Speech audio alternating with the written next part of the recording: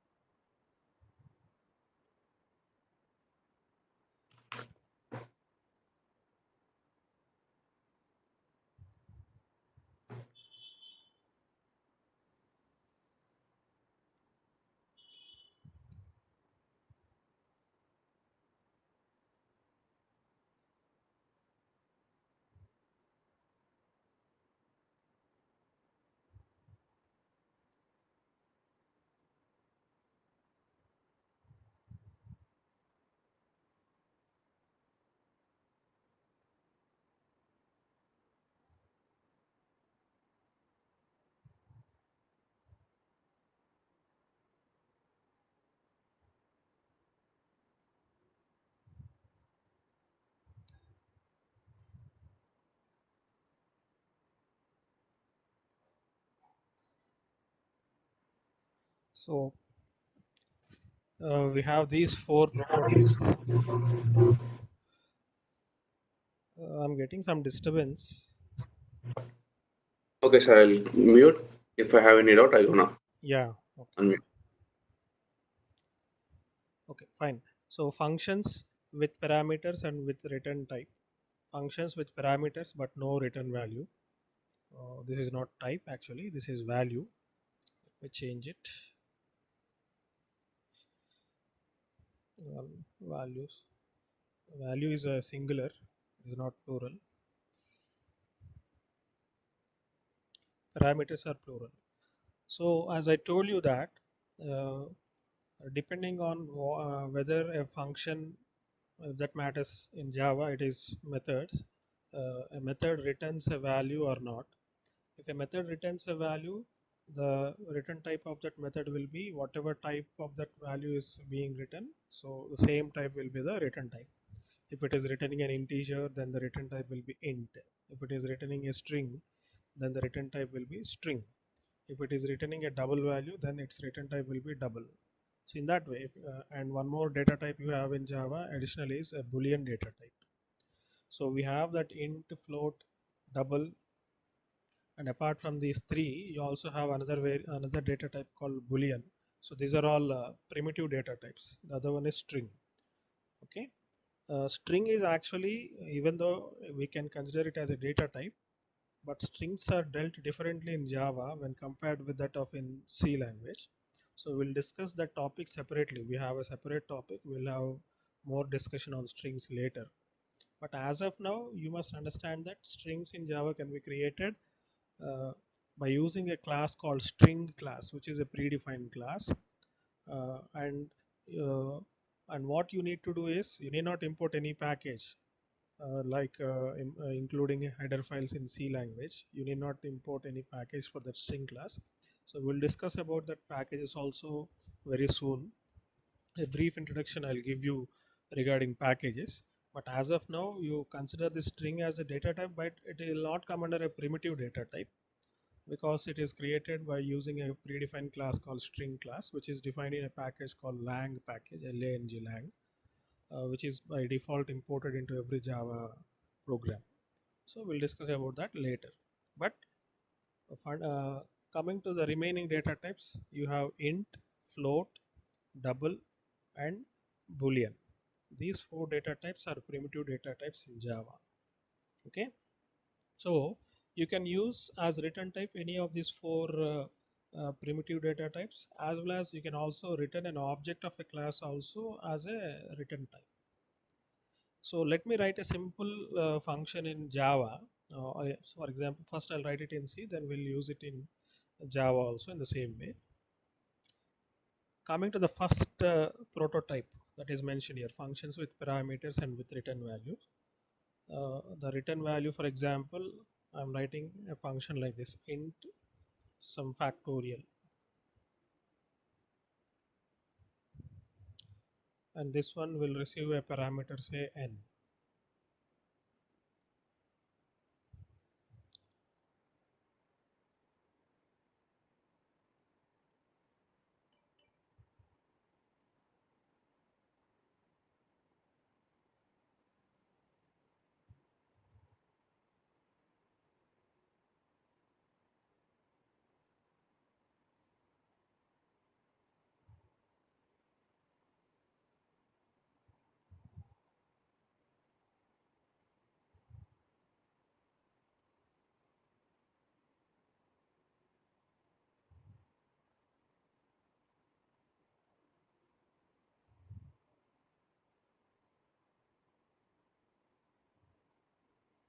So you know about these for loops, while loops and do while loops, right? So we can use those for loops and do while loops with the same syntax, which is there in C. The same syntax is followed in Java also. Nothing change, no change. They are exactly the same. Okay. So this is the logic for finding a factorial of a given number. I have put this logic or the code inside a function called factorial. So what is the name of this function? It is factorial. Okay, and this int here is nothing but a return type.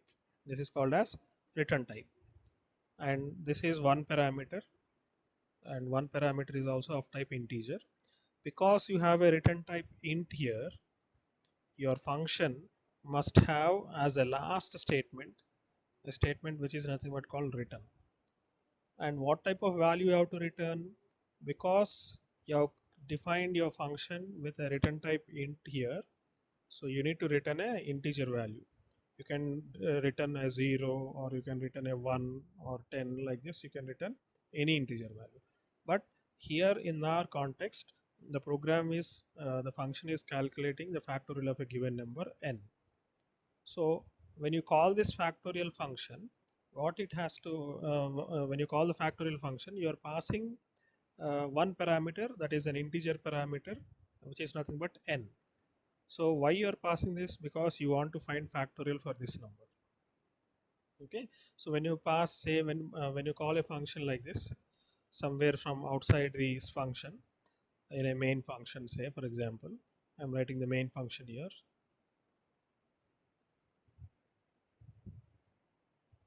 So how will I call that function? I'll call it like this, factorial,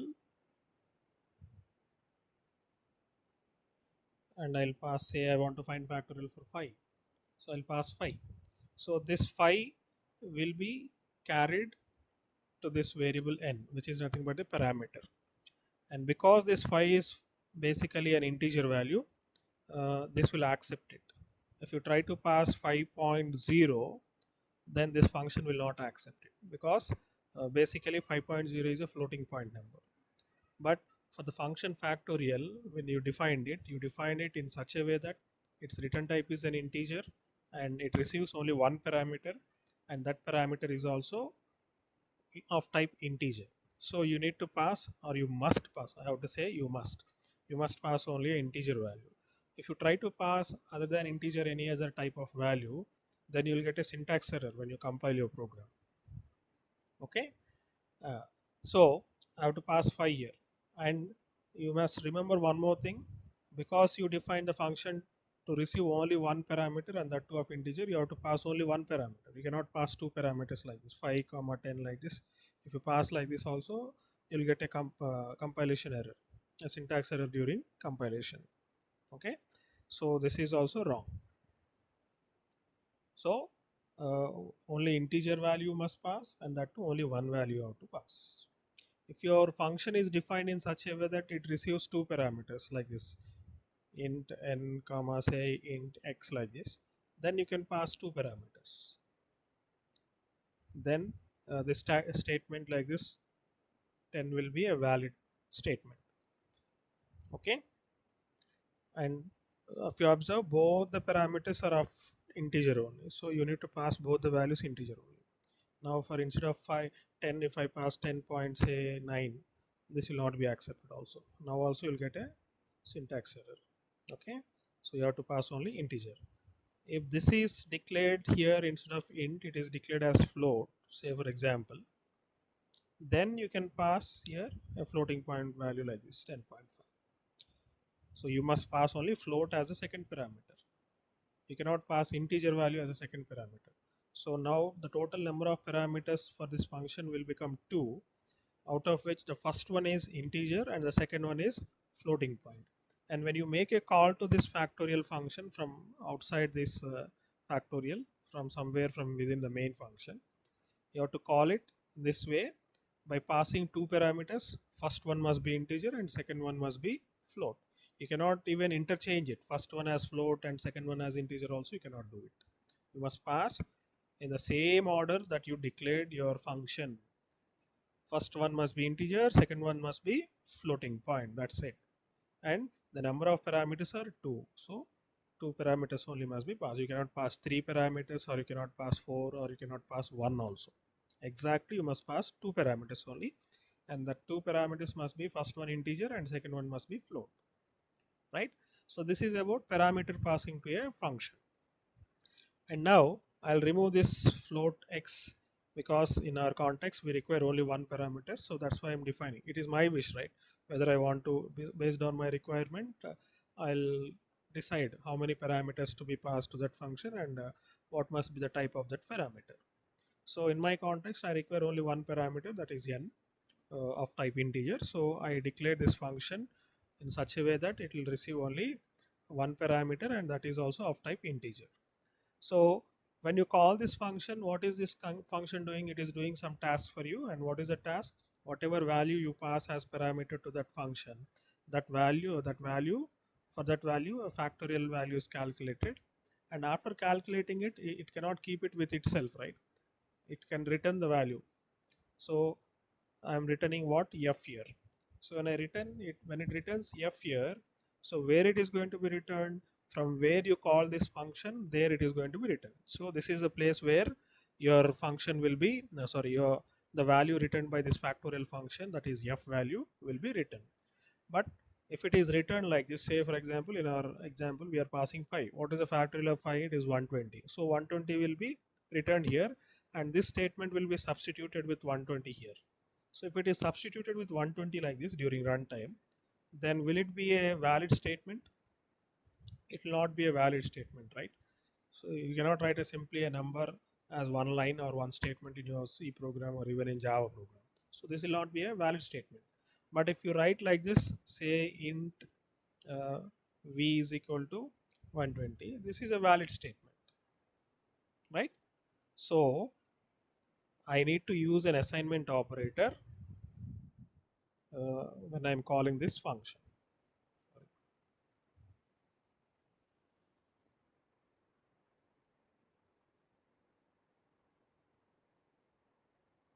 So that when the function returns a value in place of this function call, when it, if it is substituted with that 120, then 120 will be assigned to v. So the value that we return will be held by a variable here. So it cannot be simply left over, right? It must be caught in a variable and stored in a variable. So that is the reason why we write this int v is equal to factorial 5. When you are supposed to do this way, when a function returns a value when it is called. If it is not returning a value, that means there is no return statement like this, right? There is no return statement like this. Then here, instead of int, you will have a void. Okay, and this return statement will not be there. In such a case, you need not write like this. You can directly call the function like this. So when to call a function directly without using a variable in front of an assignment operator like this? Only when you are calling a function whose return type is void. Okay. But in our example, what we have declared it as int. So if you declare it as int, then there must be a return statement here. Not only int, even if it is float or double also, boolean also, there must be a return statement. And this return statement must be exactly returning what type of value, whatever type you have mentioned as return type, that type of value only must be returned. So here I am returning f here. What is the data type of f? It is declared as int, right? So I am returning f. of type integer. So this is a valid return statement. So because this is going to return a value here, I need a variable to store that value here like this. Okay, so uh, what type of function is this factorial? uh, it has a return type, that is integer. When do you say it doesn't have a return type? When it is void. You say it doesn't have a return type when it is not when it is having a return type as void here in this place. Okay, but when it is having something else other than void, if it is int or if it is float or if it is double or boolean or even a string or object of any class also can be written. You can create an object for a class and you can return that object also from the method to the place where you call the method in Java. So in Java, in this case, here you may have any of this one. You can have a name of the class here, or you can have a primitive data type keyword like int, float, double, string, or boolean. Okay, then this will come under which category? The first category, functions with parameters and with return value. Coming to the second one, functions with parameters but no return value. That means always remember, when you say when a function with parameters, the parenthesis of this function will not be empty. It will be either having one parameter or two parameters separated by a comma. When you say no parameters, then this will be empty. Okay, and when you say with return value, before this function name you will have either int, float, char, or boolean or string or any class name. When you say no return value, then you'll have void here. Other than when it is no, in the remaining cases, in this first case and in the third case, we'll have a return value, and in the second case and in the fourth case, you'll not have a return value. In that case, it will be void here. So let me rewrite this program using the second prototype. This is the first prototype, first one, and let me write this in using second prototype. Okay, so when you write it with second prototype, so what is the second prototype? It is specifying that the function will have parameters but it will not have return value. So when you say it will not have return value, then I have to change this as void, but it will have parameters, so I need not make any change to this parameter. So because this is void, I need to remove this return statement, and wherever I'm calling this function, I need to remove this here and simply write this function call like this. Okay, this is function call.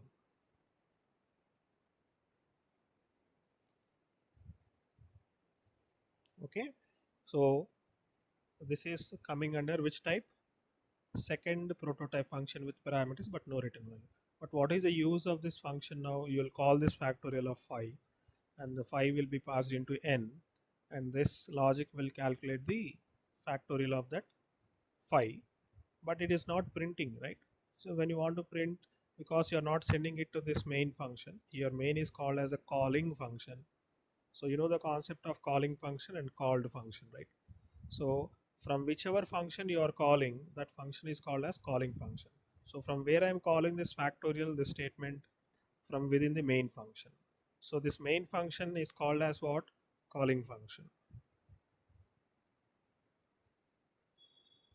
This is called as calling function. And because I'm calling, which function I'm calling? Factorial. So this factorial is called as called function. This is called function. So you'll have the same concept in Java also, but the difference is instead of you using the term function, we'll use the term method, calling method and called method. Okay. Uh, Now this factorial function is not going to return any value. So because it is not going to return any value, the main function will not know about the resulting factorial value, because I declared I passed 5 from here, and this int n will be uh, part of this factorial function, so you can access this value only within this block. So you have something called scope and lifetime of a variable, right, in C. So we'll also have the same concept in Java also. When you create a variable within a method, then the scope of that variable will be limited to that method only. If you declare it within a class but outside a method, then the scope of that variable will be to the entire class. So we'll discuss about that scope later in on some other day, most probably immediately in the next class. Okay, so as of now, because we declared this f variable within this factorial function here, so you can access the value of this f variable only within this block. So if I try to access the value of f in the main function, I'll get an error, undefined symbol error. So I cannot write a printf function or printf statement like this here.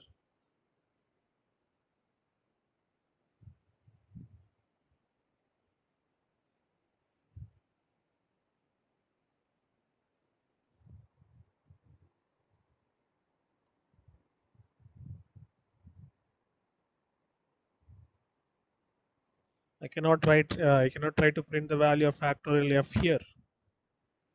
Earlier I can write, because I used int as return type and I've used a return statement, and here I held the variable, I created a variable v and assigned the return value to v. So instead of f here I can use v to print the value of the factorial, because the value returned will be stored in this variable v. The f value will be returned here in the form of v. Earlier we have written like this, right? Return f like this. So in that case, the f value will be returned to this place and it will be substituted here, and as a result that value will be assigned to v, and we can print that value v here in this printf function. But that is not the case now, because uh, our function int is factorial is not returning any value for us, so we cannot print the value of v here.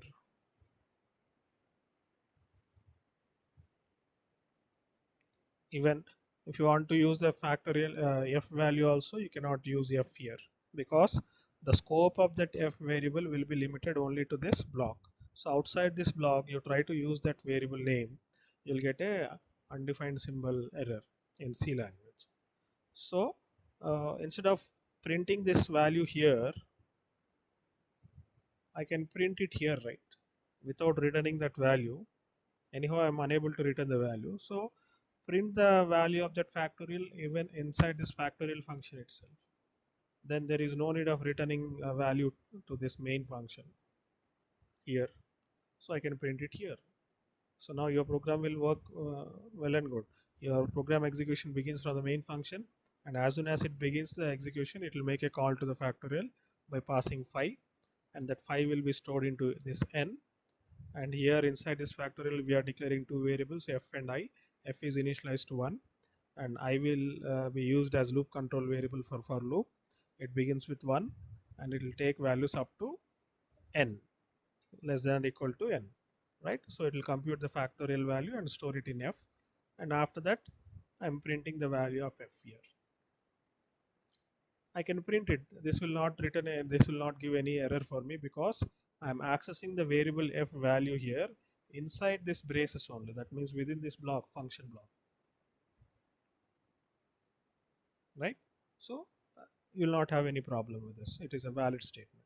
So this is the second prototype, that is nothing but functions with parameters but no return value. So for parameters means this parenthesis will not be empty, it will have at least one parameter.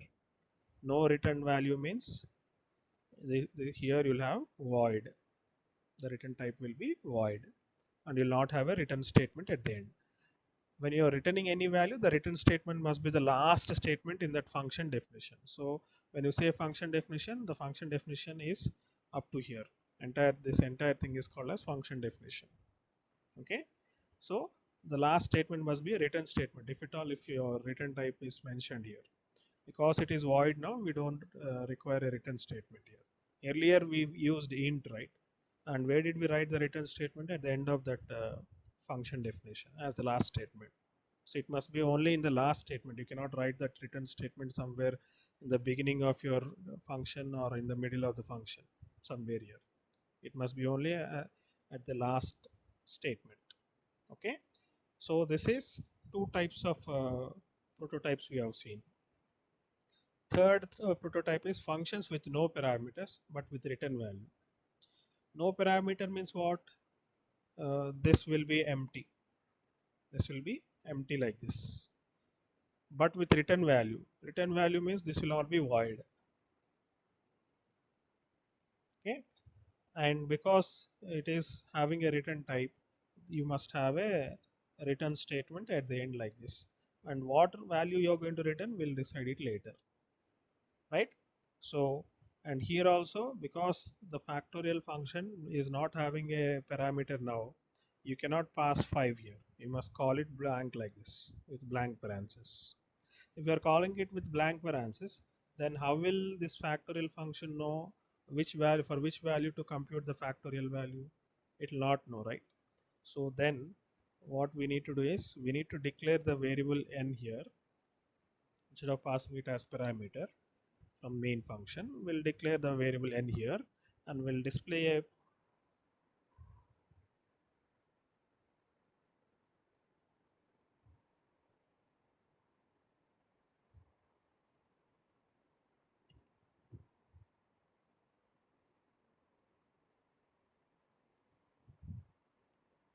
so we'll display a message called enter an integer here.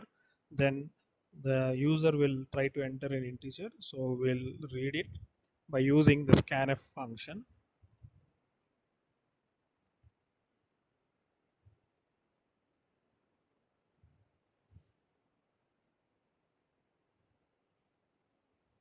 And we'll store it in n, scanf percentile d ampersand n. So now that when you make a call to this factorial function, the factorial function execution begins, and the first statement is a declarative statement, so it will not be executed. The second statement is a printf function, so it will display a message enter an integer and waits until the user enters a number and strikes the enter key. So when he enters the number and strikes the enter key, the value will be read by the scanf function and stored in variable n. So now we have the variable n value, so only thing is to compute the factorial. So in the next step, I am computing the factorial here. And after computing the factorial, where is the value of factorial f? It is there in f. So I'll just make a f here, return f. And see that this f is matching, f's data type is matching with the return type here. So it must be same. And because this function is returning a value to this place, so as earlier, we need to have a variable to hold this. So I'll write int v is equal to factorial. And because I'm not printing it here, I'm returning the value back to the main function, calling function. I'll write that print statement here. Instead of f, I'll write v here because we are holding the value returned by the factorial function in v. So the factorial that we computed in this function here is now returned to this main function in this place, and it is stored in variable v. So we have to access its value using the variable v here. We cannot access it using the variable f because f is not part of main function. Okay, so here I'm displaying. So this is what? This is a third way of defining function, that is prototype. Functions with no parameters but with return value. Okay, so coming to the next one, functions with no parameters and no return values. So that means parenthesis will be empty here and parenthesis will be empty here also, right? No parameters, and even no return value also. So if there is no return value, then this must be void here. And if this is void, there cannot be a return statement here. So we have to remove it. Remove it.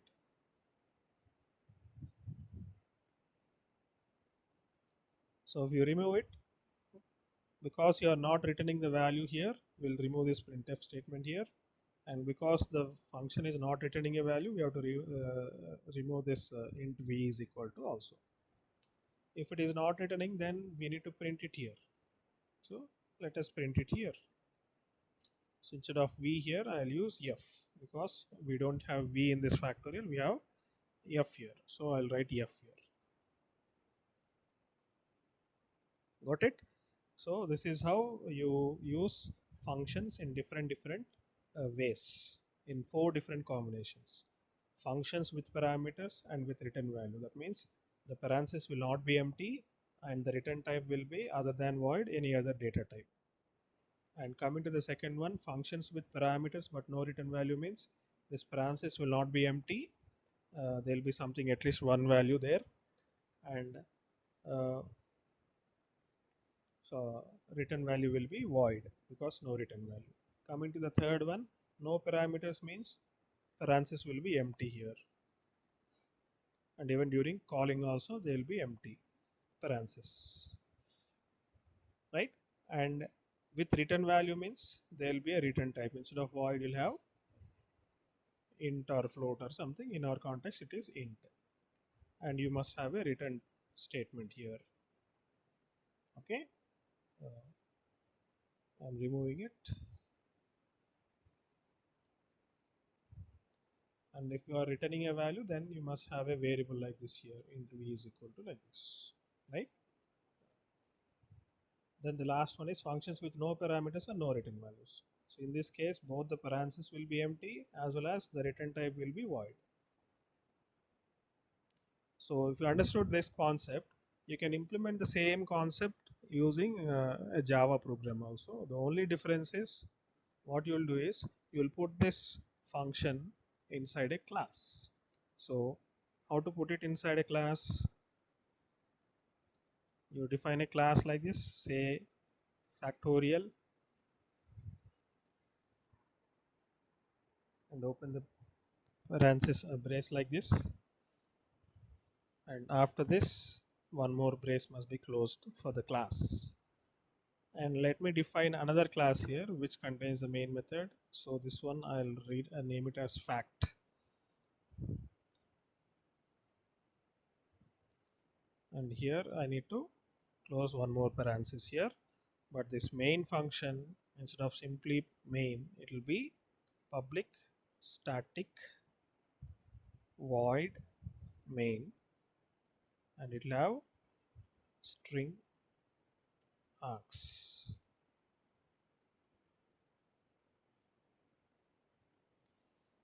right? But because it is a Java program, you have a concept of class and objects. To make a call to the factorial method, we cannot make it directly, and we are calling it from outside the class. So that's why we require an object.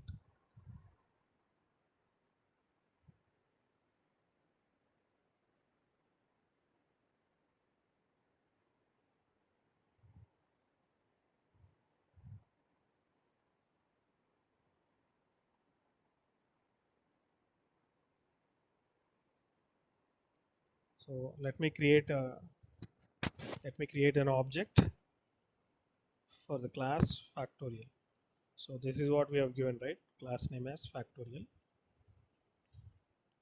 So I'm creating an object for factorial, say f1 is equal to new.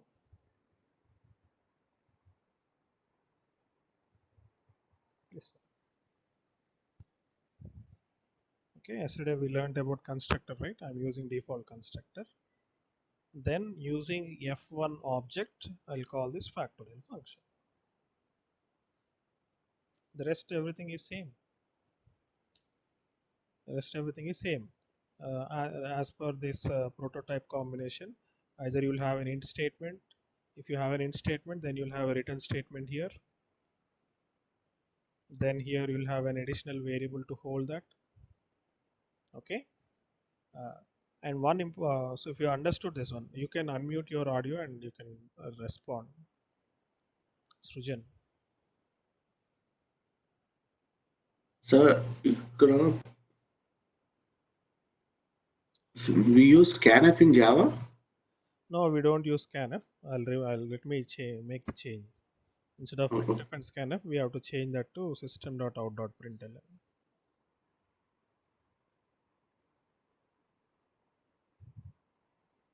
So for our convenience, let us uh,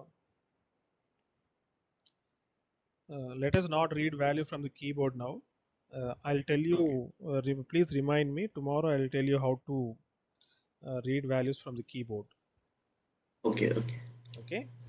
Uh, Yeah. it will be too early, but I'll try to give you the required basics foundation for that one, and then I'll teach you how to do that one. So as of now, instead of this printf function, we have to use system dot out dot print.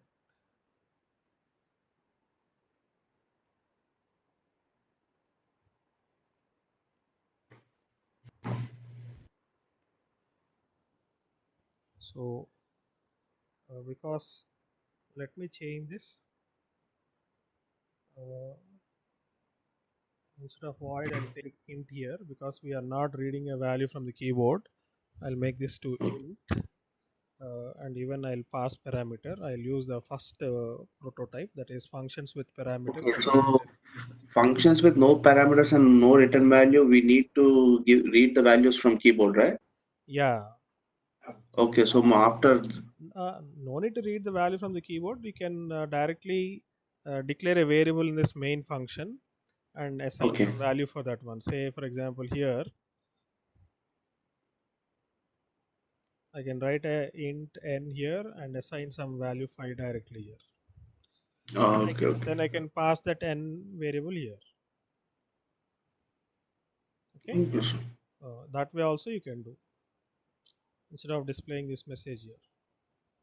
So I can use parameter. All the four things can be used, but the only thing is instead of reading the value from the keyboard, you have to directly mention this value here by declaring oh, a variable and assign a direct value in this to that variable here using assignment operator.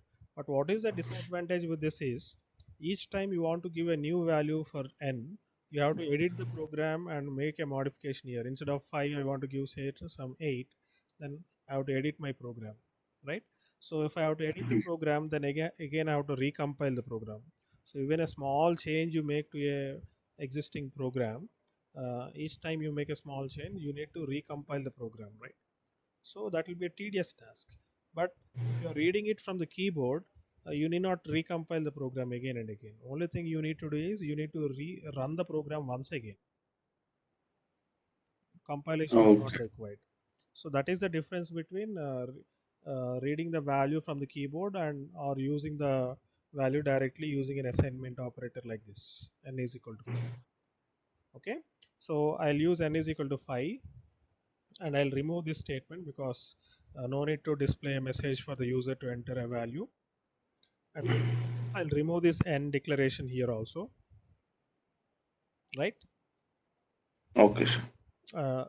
And what else you have to do, you have to remove the scanf statement because scanf is not there in Java, and anyhow we are reading the value directly from here. So I'll pass n here when I call that method factorial, and that n will be stored here in say some x here. Instead of using the same name n, I am using x, and here instead of n I'll change this to x here, and f will anyhow be declared here. And because you have a return type int, we need to return a value. So you have to write a return statement return f here, and when you return the value here you need to have some provision to hold that returned value. So here what I'm doing is I'm going to create a variable v and assign that value that is written by the function here. And here I'll use system.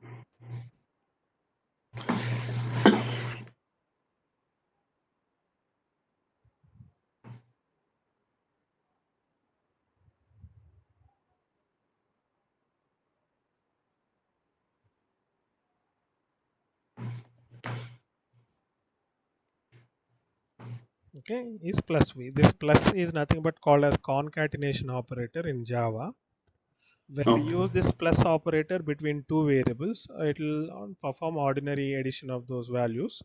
But when we use between a string, between two strings, it will concatenate those two strings. Why I'm saying string here is, uh, what how did is this factorial is a string or not? It is a string, right? Because we have enclosed it within a double quote.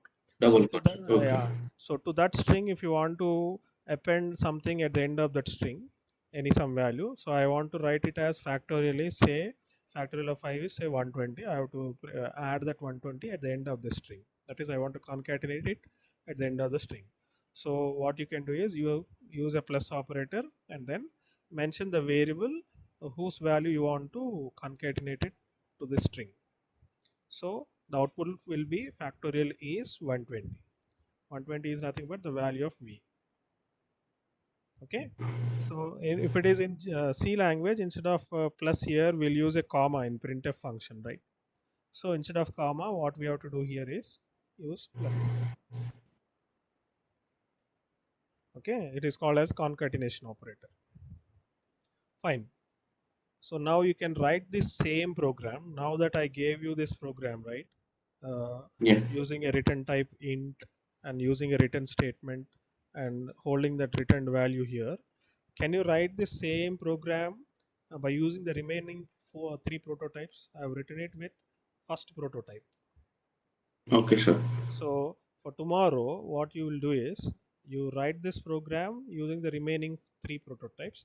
I'm recording this video, so I'll upload this to my YouTube channel and I'll send you that link. If you want, you can refer Oh, to this video through that channel with that link. okay, sir. Okay. Uh, so one more thing I want to discuss, now that you understood the concept of using methods in different ways, four different combinations, we'll discuss about scope and lifetime of variables. Before that, also one more thing I want to discuss.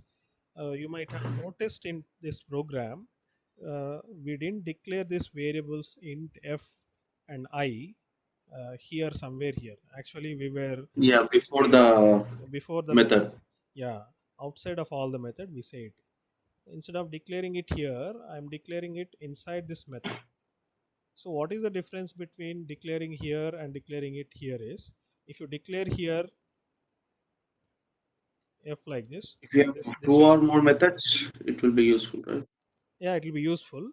This will become an instance variable. We call it as a instance variable, and this instance variable can be used in all the methods that are part of this factorial class. Here in our Yeah. example, we have only one class, but sorry, one method. If you have one more method here, or two or three methods are there in the same class factorial, even they also can access the value of f. Okay, but if I declare it here inside like this, then I can access this variable f and y values only within this block, within these braces. Okay, sir. So inside whichever block you declared that variable, within that block anywhere you can use that variable, because I declared within this braces this variable f and I can use it only inside this braces. If I declare it here, because I declared within this braces, I can use it from this brace till this brace Yeah. in any methods, right? So scope in Java is like, depending on in which block you declare the variable, it will be available only to that block. Okay. And Okay. when you declare the one more thing, these are not instance variables. That means memory will not be allocated for these variables when you create an object. So instead of allocating memory for the object for these variables, they will be allocated separately. Okay, so object when it is created, it will not be allocated memory for this variable. It is not going to allocate, because when you allocate memory for an object, what happens is that memory will be available for all the methods. So all the methods will be able to access that memory content, right? So, but we should not give that access. If you declare a variable inside this block, we should not give access to those variables outside this method. So that's the reason why we don't allocate memory to these variables as part of object. So object will be allocated memory only for instance variables. It will not be allocated for local variables. So these int f is equal to 1 and I here are called as local variables. Okay, so they are not Okay. instance variables. So I hope you now you understood what is the difference between instance variables and local variables. Okay. Yes, I got it. Fine. So now that you understood this local variables concept, thought of discussing one more thing.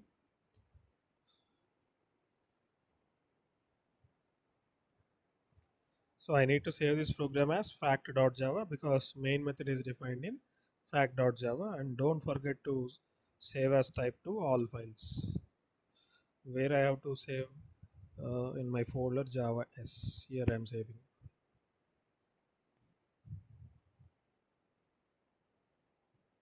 Oh,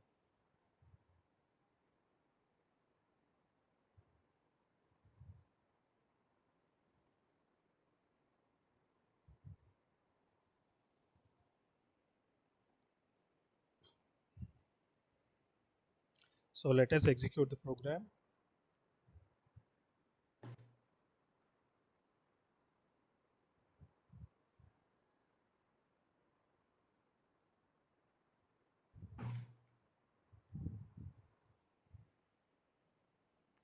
There are two errors. I didn't put it in comment properly.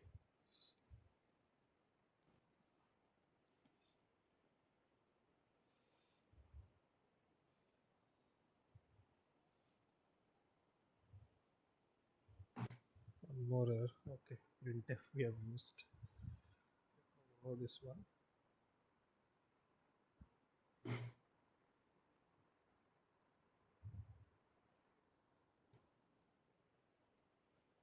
Okay, this is fine.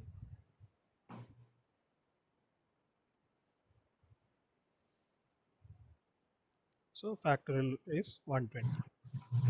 So now if I want to make a change, that means I want to, instead of giving 5, I want to give say 8. What I have to do, I have to make the change in the program like this. Then compile the program once again and run the program once again like this. Hmm. So instead of that, what we can do is we can read this value dynamically when you run the program from the keyboard, and Okay. store it in the variable and then pass that variable to the method, so that will do the rest of the thing, right? Okay. Then one thing I want to tell you. So we were discussing in the first class, Java follows a hierarchy regarding writing a code and placing it in containers. We Okay. said we said that code is contained inside methods, and methods are contained inside classes, but classes in turn are again contained inside something called packages. Package. Yeah. Okay, so when we discuss about packages, Java provides you with some core packages. When you install the JDK software on your system, that software contains some packages provided to the user. So, and these packages will contain some predefined classes, and those predefined classes, again, as per the rule, will contain some methods. So, if you want to use those methods, that means if you want to make a call to those methods, what you have to do is you have to import those packages into your program, just like you hash include header files into your C program. Instead of hash include, we have a concept called importing packages. You have to use a keyword called import and mention the name of the package. So all the core Java packages will be imported like this with the keyword import, followed by all the packages will be put inside a master package called Java dot the Okay. files, and you'll have a package. So there are many packages, core packages provided. For example, you have an IO package. Similarly, you have IO stands for input output package. Then you have applet package. You have a util package. You have another one called lang package, and then you have a NET package, networking package. You have AWT package, which stands for Abstract Window Toolkit. If you want to import all the classes and methods defined in those packages, then after the package name, at the end, dot and mention star and give a semicolon. So what is this going to do is, if you give star there, all the classes that are defined in that package IO will be imported into your program. Instead of importing the entire package, if you want to import only a specific class, then you can specify the name of the class after the dot symbol. Then only that class will be imported. For example, in lang package, you have a class called string class. You have a class called string class. So this was the class that we were using yesterday for creating a string variable. Okay. So lang.string. So string is a predefined class which is defined in a package called lang package. And this lang package is inside again another master package called Java. So how to import it? Use the keyword import followed by a space. Then after that, java.lang. If you want to import all the classes which are there in lang, write a star here. Instead of string, you can write star here. If you want to import a specific class called say string, you can use string there.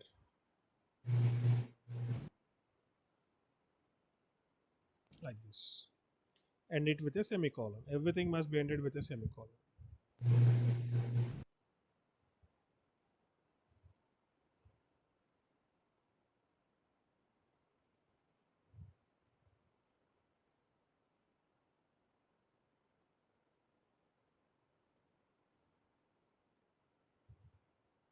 Like this, you have to end them with a semicolon. But out of these packages, this package lang is somewhat special. You need not write this import statement for this package in your program. Automatically, this lang package will be completely imported into every Java program that you write. So you need not write this statement. So this package is called as a default package.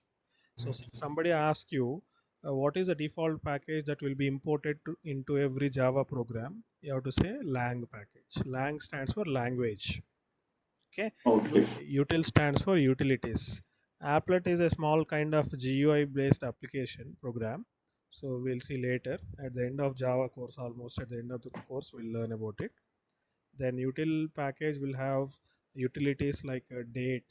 If you want to know the date, you want to manipulate dates, you have some classes, predefined classes and methods. You want to generate some random numbers or something, then you have util package.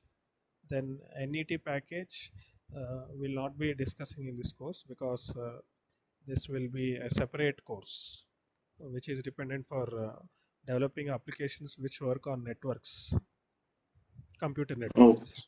Okay. AWT will see. And apart from this, you also have another additional packages which are not part of JDK, but now they are included into JDK, called Swing package and SQL package. SQL package is used for interacting with a database, MySQL database or Oracle database. So we'll learn that also in our program, in our course. How to interact with a database also we'll learn here. The remaining packages we'll see. AWT package and some of the classes in lang package will be seeing, and util package will be seeing, applet package will be using, and even IO package also will be using in most of the programs in the coming days. Okay. So why I am saying about this is So because, what is a yeah, tell me. framework